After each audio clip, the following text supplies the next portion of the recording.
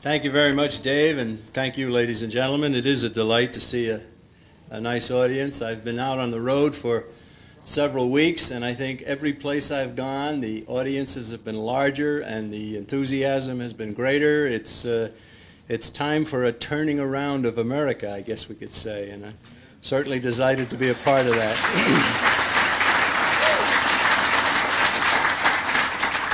Somebody said the natives are stirring. Yeah, good for the natives, right?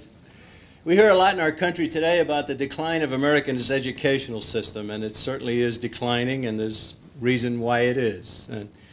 And the situation can develop like what happened in this one family one day when a mother said to her son, "You've got to go to school," and he said, "No, I don't want to go to school." And she said, "But you've got to go to school," and they kept arguing about it. "You've got to go, I don't want to go," and back and forth. And finally he said to her, he said, "Look," he said, "the teachers don't like me, the janitor doesn't like me, the pupils don't like me, nobody likes me, I don't want to go to school." And she said, "But you've got to go." And he finally said, "Well, give me 2 good reasons why I got to go to school." And she said, "Okay, 2 good reasons. You're 45 years old and you're the principal."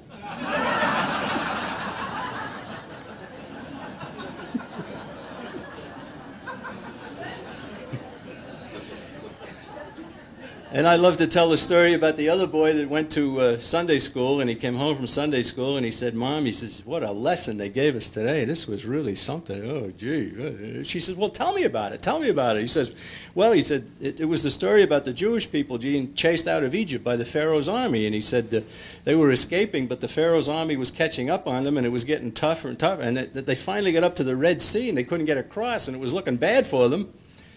So he says, so Moses got on his walkie-talkie and he called in the Israeli Air Force, and they bombed the Egyptian army, and then the Israeli Navy came across the sea and they rescued the people and took them to safety. And his mother looked at him and shook her head. "Is that what they taught you in Sunday school?" And he said, "Well, no, Mom, but if I told you the way they told me, you wouldn't believe it."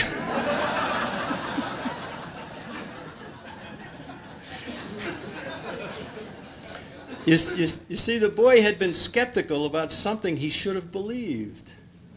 And here in our country today, we have so many people who are believing things when they should be skeptical. Right? What should they be skeptical about? Well, they should be skeptical about the leadership of our country. They should be skeptical about a lot of the policies that are being implanted, and some that have been in existence for a long time. And I want to talk about some of them, and I want to start by going back to 1910. We go all the way back to 1910.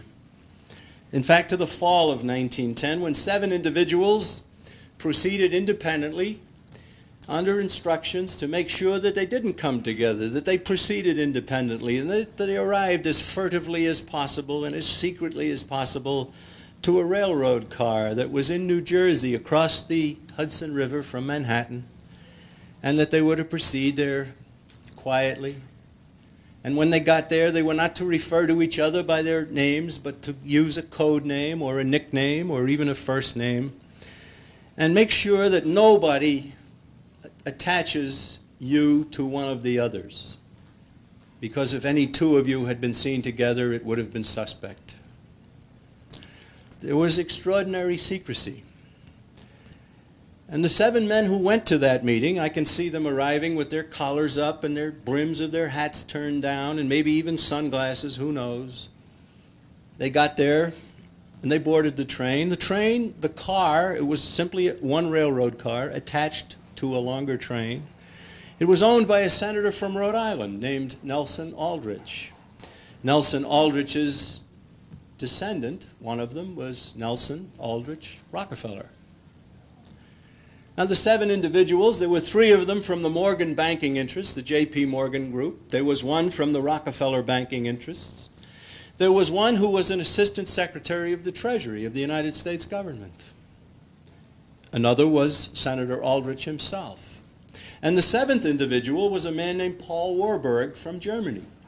He'd come to America. He was an agent of the Rothschild banking institutions.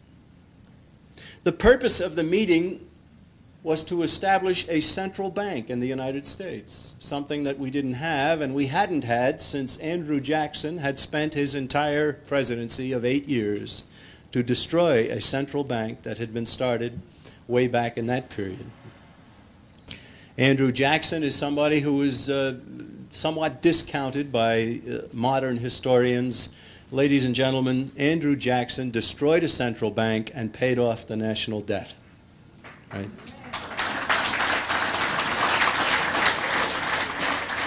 Now, the purpose of the meeting, as I say, was to establish a central bank. And the interesting, the part of it that was important to these people was to follow in the footsteps of the founder of the Rothschild banking interests, a man named Meyer Amschel Rothschild, who 200 years previously had stated that all you need is to gain control of a nation's money. In fact, he said, "Give me control of a nation's money, and I care not who makes its laws." And indeed, he's correct about that, as we shall see. Now, the central bank that they started was not to be a government entity, it was to be a privately run entity. Out of the meeting, which was chaired and directed by Paul Warburg, who had experience with central banks from Europe, came the Federal Reserve System. The Federal Reserve System is a private entity. We are told all the time that it is a quasi-government entity, or it is a government entity, or some other government involvement. Ladies and gentlemen, it is no more a government entity than is the Federal Express Company. Just because the term federal is in its name does not make it a government agency. In fact, if you go to Washington, D.C., and you look in the telephone book and you see page after page after page of government entities, you will not find the Federal Reserve listed. And that by itself is not conclusive, but there's a lot more that is conclusive about it. Finally, the legislation was drawn, the ideas were formed, and the legislation was introduced into the Congress of the United States. And it was passed by Congress on December 22nd of 1913. We had the Federal Reserve. The date is significant. December 22nd of 3 days before Christmas, when many of the people who would have opposed the Fed had already left Washington to return to their districts in order to enjoy the Christmas holidays at home with family and friends. And those who didn't have to leave were from the liberal Northeast, where they could count on support for their ideas. And the Federal Reserve was created. It is a central bank in the United States.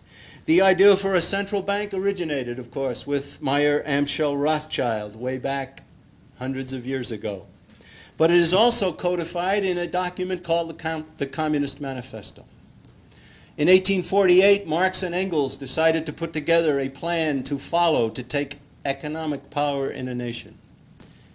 And they codified what they wanted in the Communist Manifesto. We go to page 25 in this edition of it. You'll find copies of this on the book table. I hope some people will buy it. I hope you will read it. I hope you will understand that this is what is being implemented in the United States of America. And this, the Constitution of the United States, has been put on the shelf. The Communist Manifesto calls for a heavy progressive income tax. We got it in 1913. It calls in plank 5 for centralization of credit in the hands of the state by means of a national bank and an exclusive monopoly. And yes, indeed, ladies and gentlemen, we got that in 1913. But they went even beyond what Karl Marx had called for. He said, in the hands of the state. This is not in the hands of the state. This is a private entity. And there have been many over the years who've tried to get inside the Fed and tried to fathom it and tried to disrupt its destructive activities and so on. Nobody has succeeded. In 1983, a congressman from Texas named Wright Patman was the head of the House Banking Committee, a very powerful individual in the Congress. And in his frustration, he finally wrote to his constituents in one of his letters that went to his people back in Texas. In 1968 this was, and he said, in the United States today we have in effect two governments.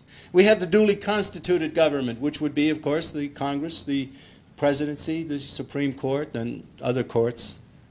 And then he said, we have an independent, uncontrolled, and uncoordinated government in the Federal Reserve System, operating the money powers which are reserved to the Congress by the Constitution. He couldn't do anything about it. Others had tried. There was a great congressman in the 30s named McFadden who tried very hard to upset the power of the Federal Reserve and died mysteriously. In 1969, only a few months after Wright-Patman had issued his letter, we see that the Nixon administration had come to power, and the new Secretary of the Treasury was a man named David Kennedy. David Kennedy was interviewed by U.S. News and World Report early in 1969, and the question and answer format, question from the U.S. News and World Report, do you approve of the latest credit tightening moves of the Federal Reserve Board?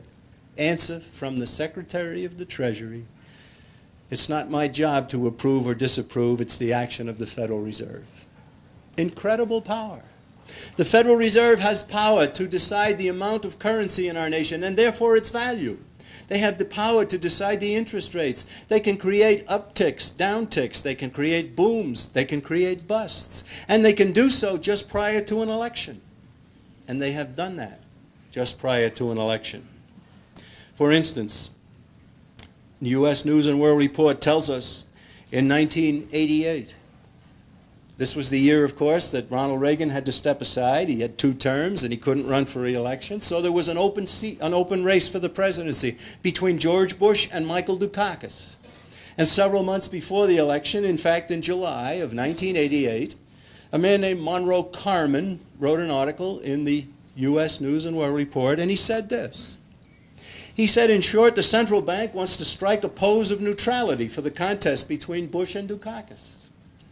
The Fed will neither plunge the economy into a recession, as Fed Chairman Volcker did in 1980 to sabotage Jimmy Carter's re-election chances, nor open up the spigots of the money spigots wide, as Fed Chairman Arthur Burns did in 1972 to help Richard Nixon win another term. Now, you thought that you decided who was going to be the President of the United States, didn't you?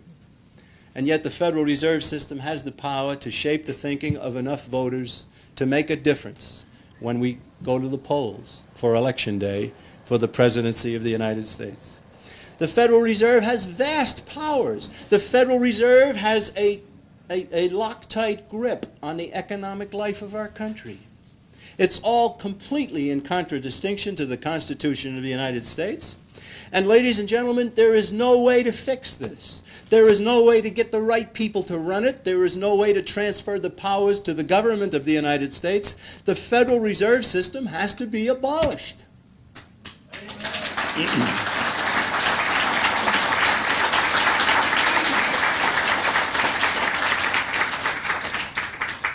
And in its place, we go back to precious metal-backed currency issued by the United States Treasury, which is what we had. Now, this is all in complete distinction to the Constitution of the United States. Our country was born with the Declaration of Independence. Men are endowed by their Creator with certain unalienable rights, and to secure these rights, governments are instituted. What a beginning! It never happened before. There is a God. He gave us our rights. We used our powers, our rights, our individual liberties in order to form a government to protect those rights and nothing more. Not to redistribute the wealth, not to take control of the people, not to dominate the people, but simply to protect our rights. We formed that Constitution eventually for only the purpose of mutual defense and a few housekeeping duties. That's all the Constitution calls for. The Constitution of the United States doesn't limit you and me. See, we beat the British. We fought under the Articles in the Continental Congress. We beat the British. We sent them back. Thank goodness. All right? It's not just because I have an Irish heritage that I enjoy the fact that we beat them. That certainly enters into it. But the Constitution limits government, not you and me. Strictly defined powers are given and nothing more. And only a few powers are given. And they sent it back to the states for ratification, and the different states looked it over, and some of the states said, not going to even touch it. We're not going to ratify this unless we get a guarantee you'll add to it a statement of what we believe our rights to be. North Carolina especially was emphatic about that. In North Carolina they said, you add to it a Bill of Rights or we're not going to even entertain it. And so a promise was made, and weren't those amazing days? The politicians kept their promise, right? And the Bill of Rights was added to it. Congress shall make no law respecting freedom of the press, freedom of assembly, freedom of religion, freedom of speech, and so on. Incredible. We didn't get those rights from the First Amendment, though, did we? We got them from God. And if you're in the habit of saying your First Amendment rights, stop right now. From now on, say God-given rights protected by the First, protected by the Fourth, protected by whatever. And there are people who tell me that the First Amendment's the most important, freedom of speech, freedom of religion, and so on. Forget it. That's not so. The most important is the Second. The Second Amendment, the right of the people to keep and bear arms, gives teeth.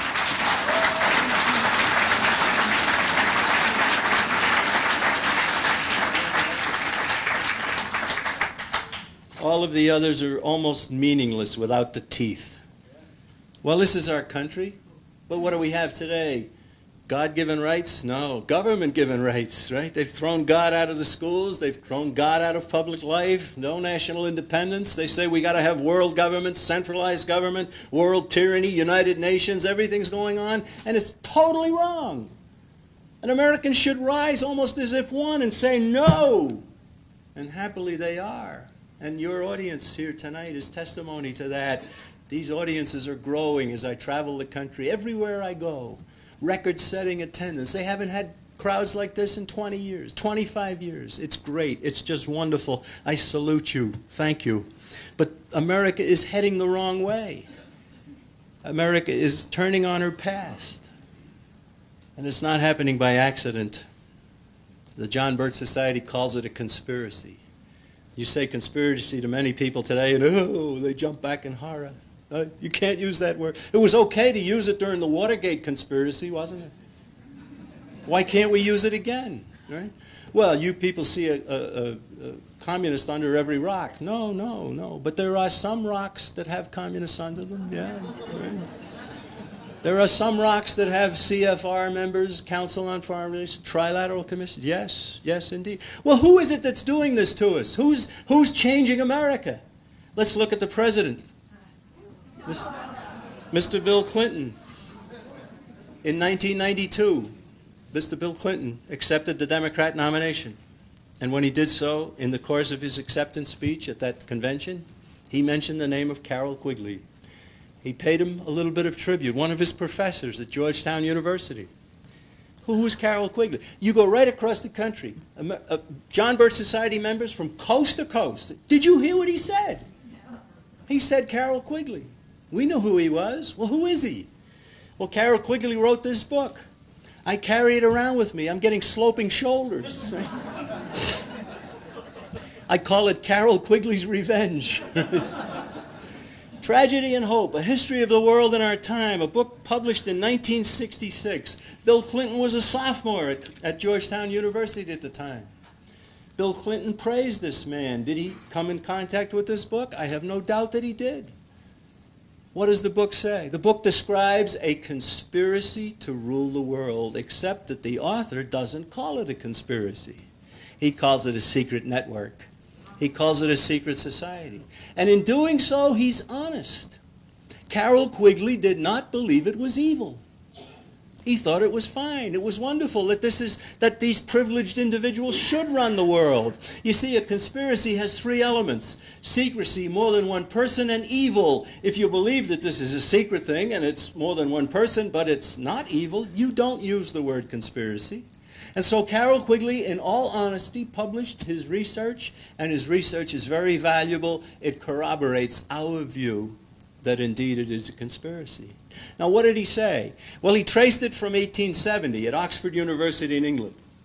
And I would go beyond that. I would say that it began before that, but Quigley only knew it from that point on. In 1870, a professor named John Ruskin arrived at Oxford University in England.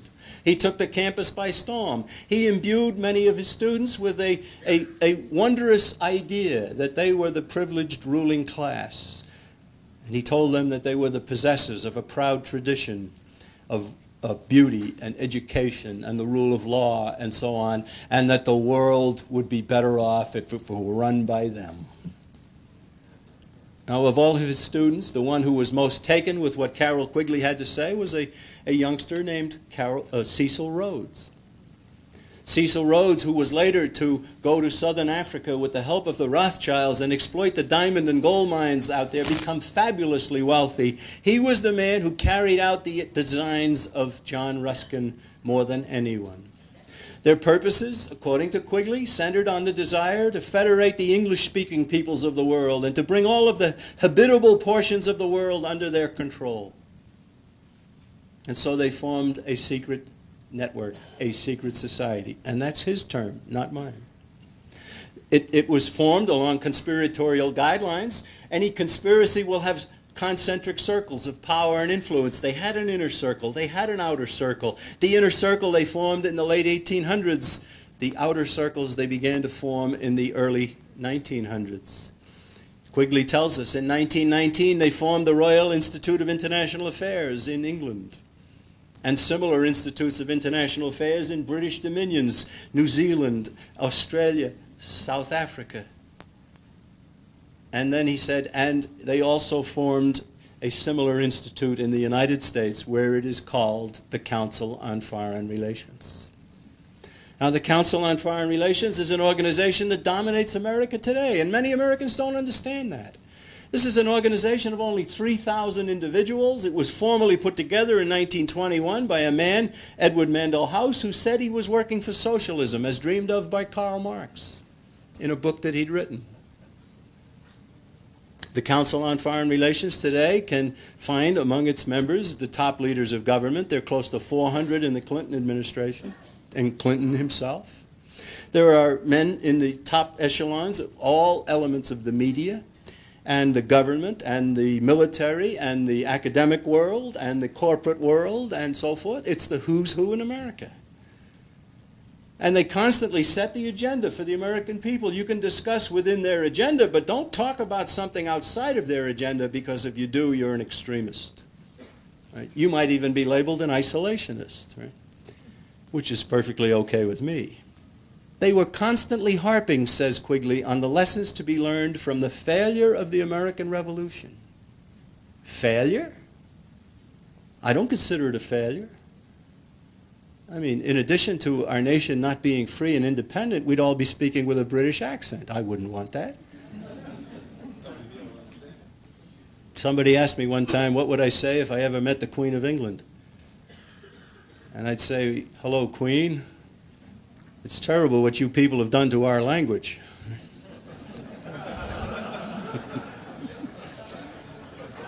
I think that'd go over like a lead balloon.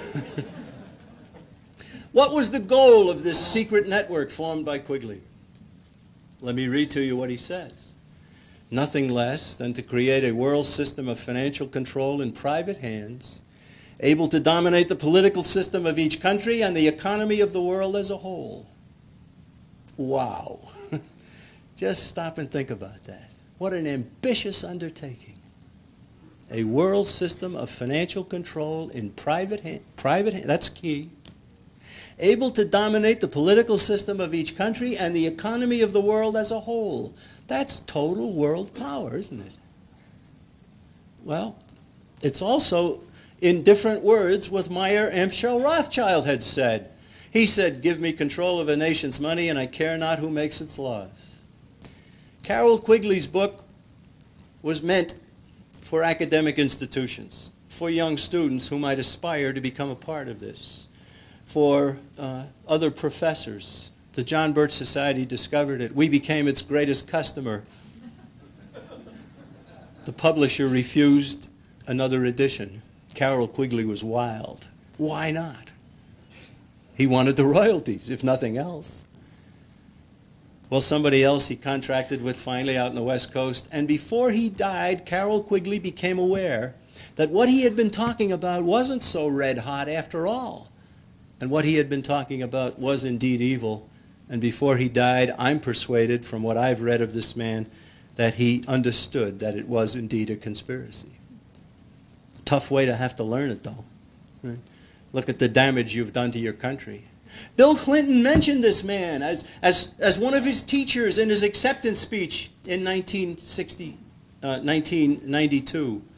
having been a graduate of Georgetown University way back then. Bill Clinton aspired to go to become a part of Rhodes Scholarship program that he started at those universities in England. See, Rhodes had left a fabulous fortune and 7 separate wills, and 2 of his wills were left for the purpose of establishing a Rhodes Scholarship program. Quigley wrote another book which wasn't published until he died, a book called The Anglo-American Establishment. And in this book he tells us what the Rhodes Scholarship programs are all about. I'll read one sentence for you. The scholarships, Quigley says, were merely a facade to cover the secret society. Or, more accurately, they were to be one of the instruments by which members of the secret society could carry out the purposes of Cecil Rhodes. Well, Bill Clinton left Georgetown University, aspired to, and became a Rhodes Scholar. Came back to America, went to Yale Law School. That's where he met what's-her-name. Went back to Arkansas and ingratiated himself into politics, became the governor of Arkansas, and then became a member of the Council on Foreign Relations, and then became a member of its stepchild, the Trilateral Commission. And in 1991, he was brought to Europe to a meeting of the Bilderbergers. And undoubtedly, there are some people in the audience who are saying to themselves, what the heck is that? Is that something you get at Wendy's?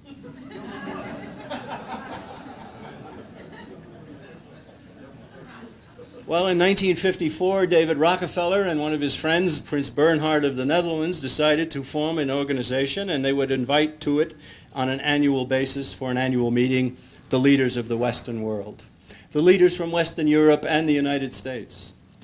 And they had the first meeting in 1954 at the Hotel de Bilderberg in Oosterbeek in the Netherlands, and so the meetings from thenceforth were called the Bilderberger meetings. That's all that it means. They have met annually every year since, with one exception.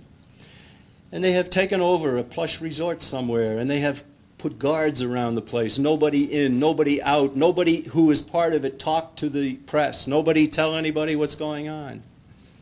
Well, the Bilderbergers have met in the United States. They've met at St. Simon's Island in Georgia, at Williamsburg in Virginia, at Woodstock, Vermont, Lawrence Rockefeller's place up there. And they have invited the top leaders of our country and Western European nations. And the purpose of the meetings are simply to plan how the world should be run.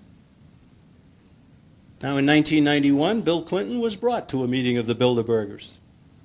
He was showcased before them. He obviously received a nod of approval. He came back to the United States of America, and he was permitted to be a president of the United States. Now, let me say that with due emphasis. He was permitted to be the president of our nation by Europeans. You think you and I decide. Ladies and gentlemen, for my lifetime, others have decided who's going to be our president, and Bill Clinton is one of them. That's the way it works. That's the way it has worked for a long, long time.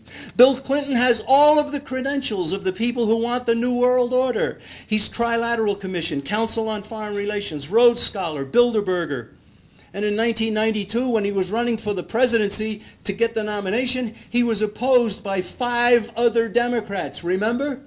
Jerry Brown, Paul Tsongas, Harkin from Iowa, Kerry from Nebraska, and Jesse Jackson. How many of those individuals pointed to the fact that George Bush had the same credentials? That George Bush had come out of the Council on Foreign Relations and the Trilateral Commission and had been to Bilderberger meetings. How many of them did it? None of them did it. Why not? Well, there are 2 reasons why not. One reason is they want those credentials for themselves. And the second reason is that they fear the power of those organizations. In 1914, a book was published written by then President Woodrow Wilson.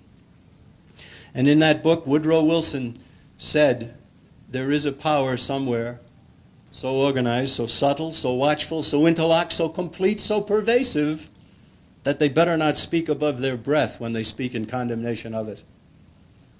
That power existed way back then, ladies and gentlemen, and it exists today and is even more powerful.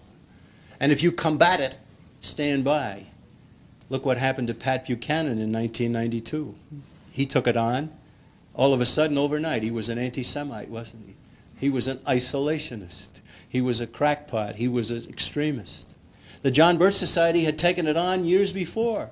And everything we did wasn't to talk about it above our breath in guarded tones. We went to the top of the roof and we shouted it out from the housetops. And look what they said about us, right? Did they combat our information? Did they say you're wrong about? No, no. What did they say? Racist, anti-Semite, extremist, crackpot, kook, fanatic, like the communists, like the Klan, like the... I've known it all. Nobody knows it better than I, other than Robert Welsh, who is now passed on. Well, ladies and gentlemen, I know it's not true. Not a whit of it. But that's what you can expect. But the beauty of the situation is that we took on that power, we survived that smear, we made it possible for many, many others to come in behind us, and we ourselves continued to progress.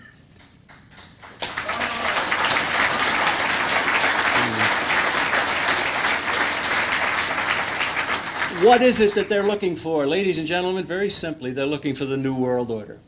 They're looking for socialism and world government. Not necessarily communism, socialism and world government. I do a lot of radio shows for the John Birch Society, and I don't know how many times in recent years somebody has started off a show with a little bit of a snicker in his voice, and he'd say, well, ladies and gentlemen, we have today a guest from the John Birch Society, Mr. McManus, welcome, and my question for you right off the top is, what's the Birch Society doing these days now that communism is dead? And my response has always been, you say communism is dead? I disagree. It's alive in China, Cuba, North Korea, Berkeley, California, Cambridge, Massachusetts. I would get grudging acceptance of that. I would say, well, you say that communism is dead, but of course the entity that has just faded away was the Union of Soviet Communist Republics, wasn't it? USCR. No, it wasn't.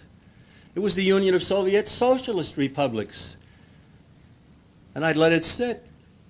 And I'd say, well, aren't you going to ask me what socialism is? Yeah, what's socialism? I said, it's economic control of the people by government. Taxation, regulations, controls, bureaucracy, big brother government. And invariably, before I finish my little scenario here, he's saying to me, well, that's what we're getting here in America. And I say, thank you very much. You've made my case. Sometimes I'd say to him, I said, well, why don't you ask me the difference between a communist and a socialist? Oh, okay, Mr. McManus, what's a communist? What's the difference? I said, it's very simple. A communist is a socialist in a hurry. Now, you stop and think about that. All right, the Communist Manifesto was written for communists and socialists. In fact, the manifesto was republished in 1888, 40 years after it had been issued, and a new preface was written by Engels. Marx was in his grave, and the new preface is published in our edition of this. And what does it say? It says, when it was written, we could not have called it a socialist manifesto because there were some quacks running around Europe at the time calling themselves socialists. We didn't want to associate with them, so we called it the Communist Manifesto. What does it call for? Ladies and gentlemen, it calls for an abolition of property rights, explicitly. It calls for an abolition of the family. It calls for replacing home education by social. How many of you realize this is an explicit attack on home education in the Communist Manifesto? It's there, page 22. They attack bourgeois marriage. They attack countries and nationalities. They abolish eternal truths, religion, all morality. And then you get to the 10 planks. What do you see? Heavy progressive income tax. We got it. Centralization of credit in the hands of a national bank. We've got it. The Federal Reserve System. Abolition of property and land. Anybody in California feeling that? Abolition of the rights of inheritance. Bill Clinton's deficit reduction package. You talk about truth and labeling. My goodness. Deficit reduction package. Right? More attacks on the rights of inheritance. Finally, we get to free education for all children in public schools. Ladies and gentlemen, Karl Marx wanted what we've got. And in so many ways, this is being implemented in the United States, and the Constitution is being shelved. And I contend in many ways that if you took the covers off these two and you presented them to some congressman, they wouldn't know the difference. And some of them would choose this and say, well, yes, this is obviously what we're doing, so this must be our document, right? We are in deep trouble, ladies and gentlemen. All right. How do you get the American people to give up their liberty? The people who live in this country are the greatest beneficiaries of freedom in all history. We live in a nation...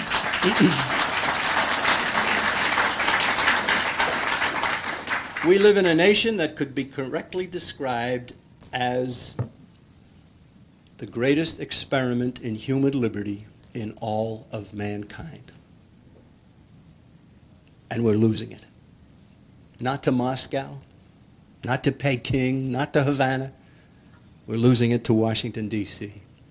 And I always think of what Joe McCarthy used to say. He said, "I love to leave Washington and get back to America."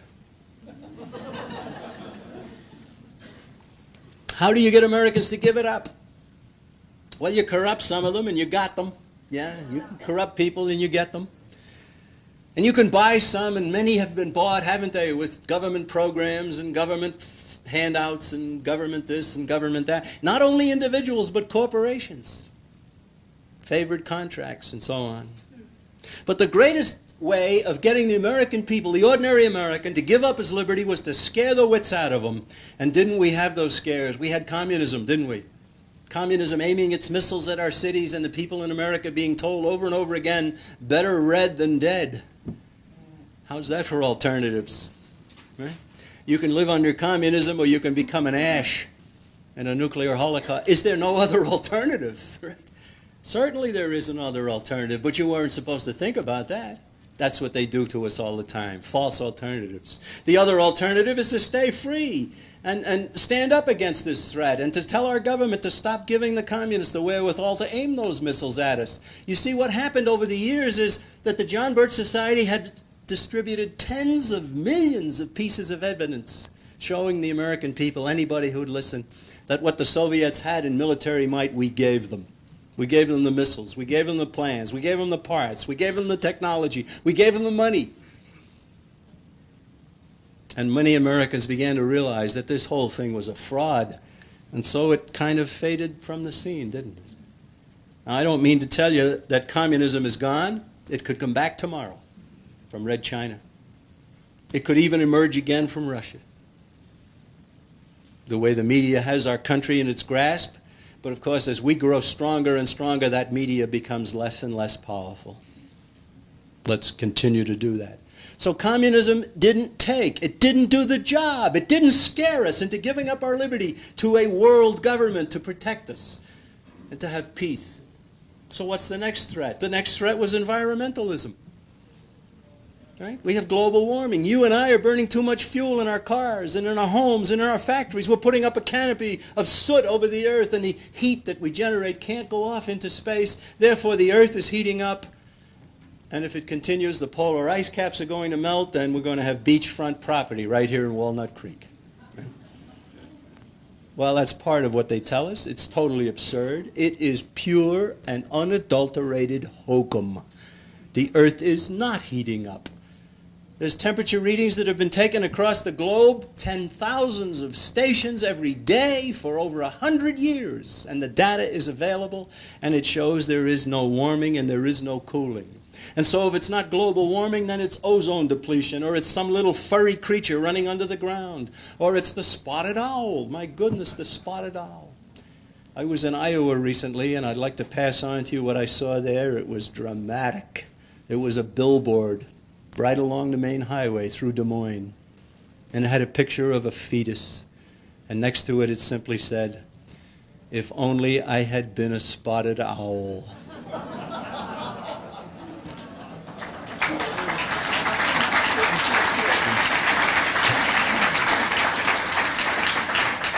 How did all of this environmental hysteria generate? Where did it come from? Ladies and gentlemen, in 1962, the people who would rule our world and have us be slaves had 15 of their men go to a meeting held at a place called Iron Mountain, just north of New York City.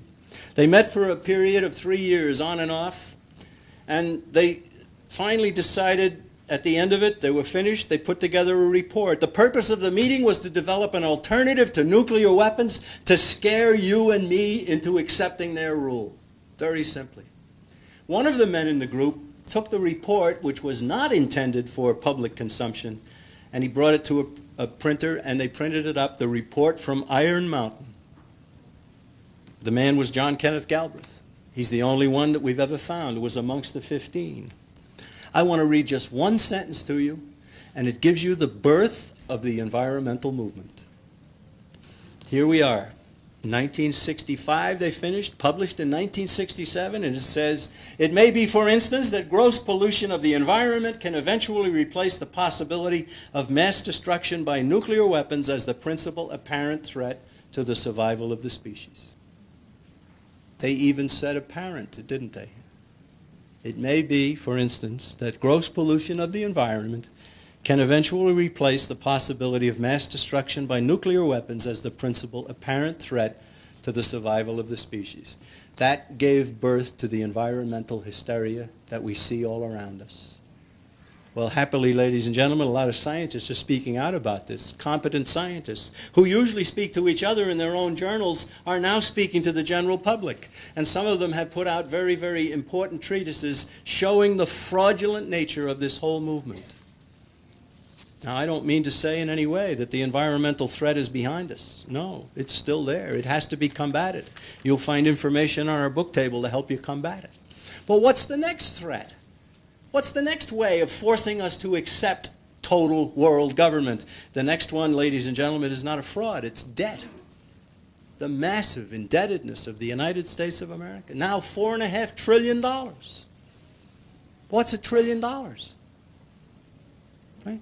It's almost meaningless. It's such a vast number. What is it? 12 zeros. I mean, well, let me try to make it intelligible. If I owed $1 trillion and I wanted to pay it off at $1 million a day, every day, without interest being considered at all, $1 million a day, it would take me 2,740 years to do it. That's what $1 trillion is. Our nation says $4.5 trillion, and that's true. We do owe that. We're paying $300 billion in interest on that.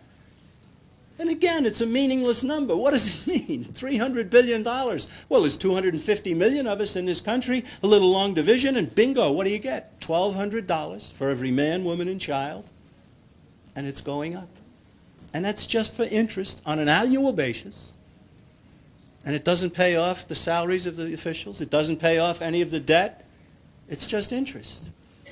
But of course, only half of us pay taxes, so you got to double it if you're a taxpayer. $2,400 per year, on average, just for interest on the national debt, $200 a month, and it's going up. And they keep telling us that they're doing everything they possibly can to cut spending and to lower the deficits, right? Here's Bill Clinton. Look at this headline. Clinton vows more trims in spending, right? That's as good as his marriage vow.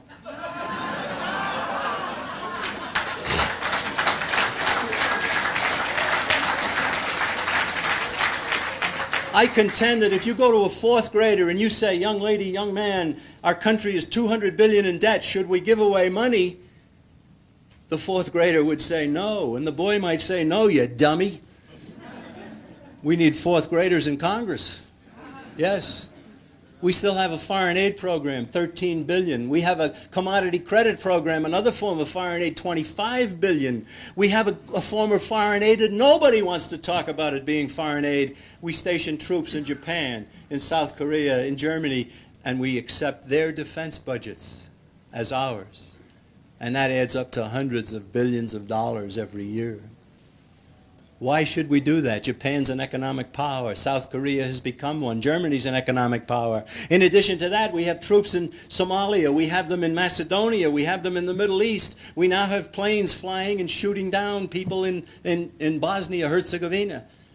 Oh, ladies and gentlemen, what's the Birch Society got to say about all this? Very simple. Bring the troops home. Bring them home.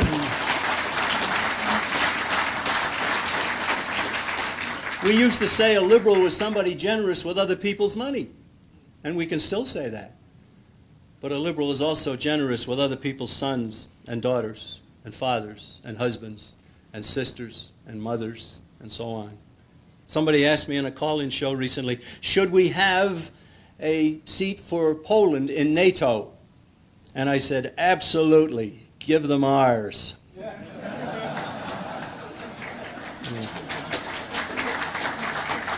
We now face socialized medicine, a huge program, 1/7 of the gross national product of the United States in medical care. And they want to make it completely socialized, take over government in every aspect of it. Ladies and gentlemen, incredible. Don't let it happen. Don't let it happen. There's a bumper sticker says, if you think medical care is expensive, just wait till it's free. Yeah. Hillary Clinton went to the Congress, and the congressman said to her, Mrs. Clinton, if your program succeeds, you will put tremendous burdens on small and medium-sized business. You will destroy a lot of small and medium-sized business. And you know what she said? She said, I cannot be responsible for saving every undercapitalized American entrepreneur. She should have been thrown right out of Congress. She should have been thrown out of this country. They don't intend to cut the deficit. They don't intend to pay off the debt. They don't intend to reduce the tax burden. They don't intend to allow us to be free. Which brings me to my book, Financial Terrorism, Hijacking America Under the Threat of Bankruptcy. The threat of bankruptcy, not bankruptcy itself. And there is where I begin to differ with so many of these other economic analysts. I don't think they intend bankruptcy. I think they intend to bring us up to the door of bankruptcy and then come through with their solution to our problem. And their solution is a world monetary system, world government, the New World Order. And they say so. I've got quotes from Brzezinski and Richard Nixon and Richard Gardner and Samuel Huntington and Richard Cooper and Paul Volcker and all of these characters. The Council on Foreign Relations, Trilateral Commission gurus from Washington, D.C. Over and over again, they're telling us what they intend, a world monetary system. C. Fred Bergsten, head of the International Economics Institute in Washington, D.C. The world economy is in trouble unless there is some central steering mechanism. They want a world Federal Reserve System. What are they doing to us? I had a friend up in northern New Hampshire. I used to go visit him every chance I got. He was a wonderful man. He's deceased now. And he told me one day, this has to be 10, 12, 15 years ago, I can't remember for sure. He said, you know, Jack, he says, I've just reread the Blue Book of the John Birch Society. You remember that part where Robert Welch made the predictions about what was going to happen? I said, I think so. What do you mean? He says, well, the first prediction, he said, was that the United States government was going to spend money for every conceivable purpose on earth. And they were going to spend it as wastefully as possible in order to accumulate massive debt. I said, I do remember that, yes. He said, well, I figured it out. What's it all about? Why are they doing that? Well, they're doing that for this reason, he said. He said, debt is followed by borrowing. Borrowing is followed by the need for interest. Interest is followed by the need for taxation to pay the interest, and taxation means control of the American people. Very simple. Debt, borrowing, interest, taxation, gotcha. Right? And is that what they're doing? Of course. You see, a communist means to take control of you with one fell swoop, and he will do that, and when he does it, he sets up 99% of the people hate him and are resisting. And he has to form gulags and KGBs and secret police and knocks on the door in the middle of the night and terror and so on. But a socialist will get you to vote yourself into the condition, and he will destroy resistance in the process. That's what's happening to us, ladies and gentlemen. The Communist Manifesto, the Bible of every socialist and every communist who ever lived, is being fastened around America. And we got to stop it. What are they spending the money for? Well, I'm glad you're seated. $2 million to study why truck drivers lose alertness at the wheel. I could have saved the $2 million. They get tired. $49 million for a rock and roll museum. $637 for a New York State Arts Council to fund homosexual films. $225,000 for an onion storage facility at the University of Georgia. I'm not making this up. I wish I were. $603,000 for pickle research at North Carolina State University. $500,000 to McDonald's Corporation to promote Chicken McNuggets. $2.3 to the Gallo brothers to promote their wines. Here's one. You got $1.2 million for African elephant conservation. Elephants, huh? I'll bet the Republicans were behind that one, right? $11 million for the United States Institute of Peace. What an insult. To teach the people in our country to want peace. Ladies and gentlemen, people don't start wars. Governments do. They send the people to fight and die in the wars. If indeed they've spent the $11 million to teach governments not to start wars, I'd go along with it. $34 million for the National Fertilizer Research Center. They ought to locate that on Capitol Hill, I think. I talk all the time, wherever I can, about false alternatives being given to us. Better red than dead is a good example, right? Well, I've got a chapter here on missing alternatives. I start off with a quotation from Shakespeare. Shakespeare in The Taming of the Shrew said there's small choice in rotten apples. Well put, Will. Are there no decent good apples? Well, yes. What are the bad apples? More debt or world government? What is a good apple? Well, a good apple is very easy. How about freedom? Economic freedom, less government, pay off the debt, leave the people alone. On and on we go. I've got 2 chapters about inflation. We're told every day, and you hear it on television more and more, that inflation is rising prices. A rise in the consumer price index, that's what inflation is. Wrong. Inflation is an increase in the quantity of currency. It lowers the value of currency. Merchants and businessmen need more of it in return for their goods and services. What you think is rising prices is not really, it's a realization that the money has lost value. Gary Allen used to say that saying inflation is rising prices is like saying wet streets cause rain. They don't. They are the effect of rain, and the rising prices are the effect of inflation. Inflation is massive thievery. You want to know how bad it is? Let me show you something that came to my attention. It's surprising, the source. It's National Geographic magazine. January 1993. You might want to get yourself a copy of this. We have here an article called The Power of Money, written by a man named Peter White. He talked about all different kinds of money, and it's an interesting article because there have been many things used as money over the years. But Peter White finally went to the Federal Reserve. And he went there just as they were purchasing $100 million worth of Treasury bills. And so he asked the Fed official, where did you get the money? And the Fed official says, we created it. It's money that didn't exist before. Would you like to have that kind of capability? But he pressed on. He said, is there any limit on that? And the Fed official says, only the good judgment and conscience of the responsible Federal Reserve people. Sleep well. But he pressed on. Where did you get that authority? He said, well, it was delegated in the Federal Reserve Act of 1913 based on the Constitution, Article 1, Section 8, Congress shall have the power to coin money. And he stopped pressing on.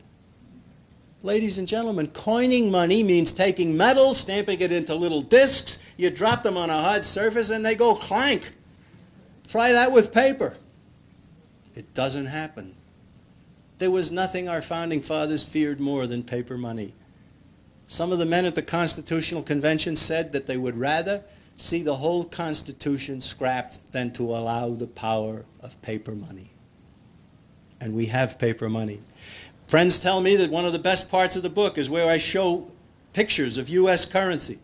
I show pictures of gold certificates, where they say redeemable in gold, U.S. Treasury. I show U.S. Treasury silver certificates, redeemable in silver. And then I show Federal Reserve notes that first started and said redeemable in gold, and the people accepted, well, Federal Reserve note redeemable in gold, U.S. Treasury note redeemable in gold. One's as good as the other, and the acceptance began. Until Roosevelt said we couldn't own gold anymore. Then we went to redeemable in lawful money. Lawful money. Well, what's lawful money? A fellow went to a bank one time and he said, lawful money? I would like some, please. They didn't give him any. He haggled for a while. They finally said, "What do you really want?" He said, "I'd like gold and silver." They said, "No." Ladies and gentlemen, my book is full of information about the Constitution on money, about the Federal Reserve System, about all kinds of things. What then is the answer? The answer to our problems is to go back to the Constitution. We go back to Article 1, Section 7, all bills for raising revenue shall originate in the House. There it is. All right, if we can get enough men in the Congress, the House of Representatives, the power of the purse, we can stop the juggernaut. There's 435 in Congress. We can get 218 of them. They will stop funding the United Nations, the foreign aid, the Department of Education, the Bureau of this, the Commission of that, the agency of something else. And the socialist juggernaut is done. Ladies and gentlemen, we live in very exciting times. There is tremendous hope. We have truth on our side. There are more good people than bad. It is a conspiracy, which means that men are doing it. And it's not the evolution of forces that can't be stopped. In an amazing way, the fact that it is a conspiracy is great hope for the future. It can be done. I ask you to help us. Ladies and gentlemen, thank you very much for your close attention.